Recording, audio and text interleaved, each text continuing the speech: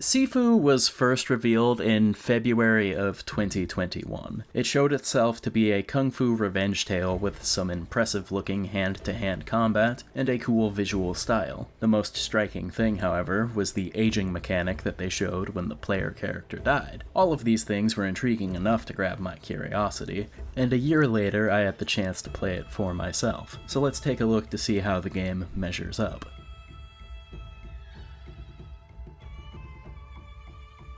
The combat in Sifu is quite satisfying. The free-flowing targeting works as intended for a game like this. I never found myself attempting to hit one enemy only to actually be targeting a different one. Short of another enemy walking into the path between me and my target, my attacks would always hit home. The attack animations are visually impressive, and pulling off counters and takedowns is wildly satisfying. It can be easy to get overwhelmed if you aren't careful. Your character is just as susceptible to being stunned as the people you fight, and the enemies are numerous. Many of them will come wielding weapons such as pipes, knives, and bats. There are also bigger juggernaut enemies to keep you on your toes as well. As previously mentioned, one of the most striking mechanics of the game is the way that the player character ages upon death. Every time you die, you receive +1 to your death counter. The number that the death counter is on when you die will be the number of years that you age. So if you start at 20 and die once, that's a death counter of 1, and therefore you will be 21 upon standing back up. If you die again, that's a death counter of 2, which gets added into the 21 for a total of 23. It's a little strange to try and explain, but essentially every consecutive death has the potential to be increasingly more calamitous. Your maximum age will cut off somewhere in the 70s, depending on what your death counter is when you get there, and while that may seem like a lot, those years can disappear fast if you are not careful. There are ways to mitigate the death counter even if your foes occasionally do get the better of you. The most direct method is the shrines that are dotted throughout the level that can set your counter back to 0 at the cost of some experience. The other way is to defeat certain enemies. Juggernauts or other type of mini-bosses will take your counter down by 1 per enemy defeated.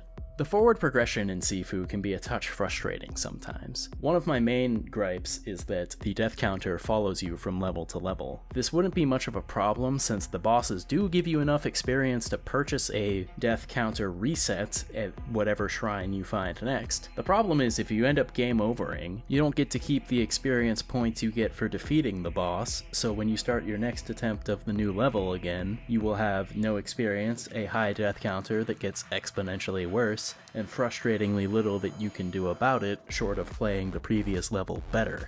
That being said, replaying levels in Sifu can be rather satisfying in its own right. I found myself falling into a pattern of using my first clear of a level as a rough draft, so to speak, before coming back to try again because I felt like I could do better. The game gives a level score that will go up as you make your way through more combat encounters. Defeating enemies consecutively without taking damage will add to the score multiplier. Your level score can also be used for stat upgrades at the shrines that you can find, so it's a nice way to reward players for being good at the game. Sifu is a very straightforward revenge story. The main character witnesses the murder of their father and trains for 8 years before setting upon their mission of vengeance. There isn't really much more to it than that. There's some flavor text here and there to give you a bit more background on the bosses and setting, but overall it's a simple story that exists to contextualize what you're doing and not a whole lot more than that. It knows what it wants to be and sticks to it in that regard. Outside of the fun and satisfying action, Sifu has a pretty stellar soundtrack and an exceedingly interesting visual identity. The game has a way of framing itself to be evocative of the kung fu movies that influenced it. The corridor fight in the first level is an immediate example, as that is clearly an homage to Oldboy, and the level design is pretty great in general. Whether it's the slums in level 1, or the neon-bathed nightclub in level 2, or the museum in level 3, they all had visually consistent locales while still remaining unique enough for me to be able to tell where I am in the level.